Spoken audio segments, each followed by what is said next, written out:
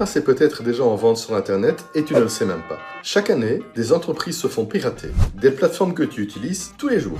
Et quand ça arrive, les attaquants ne volent pas juste un compte, ils repartent avec des bases entières, des emails, des mots de passe, des informations personnelles, parfois des millions, parfois des milliards. Et ces bases finissent souvent au même endroit, des forums de hackers ou du marché du dark web. Là, ton mail et ton mot de passe peuvent être téléchargés par n'importe qui.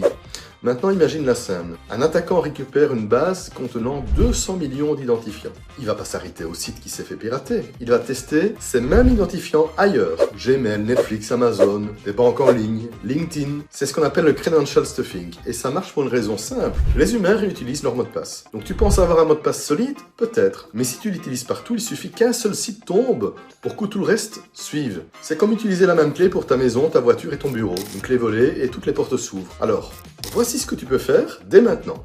Première chose, vérifie si ton email apparaît dans une fuite de données sur un site comme Have Deuxième chose, arrête de réutiliser tes mots de passe. Utilise un gestionnaire de mots de passe et active l'authentification à 2 facteurs. Parce qu'en cybersécurité, la vraie question n'est pas si une base de données va fuiter, la vraie question, c'est quand. Tu veux d'autres conseils comme ça? Abonne-toi.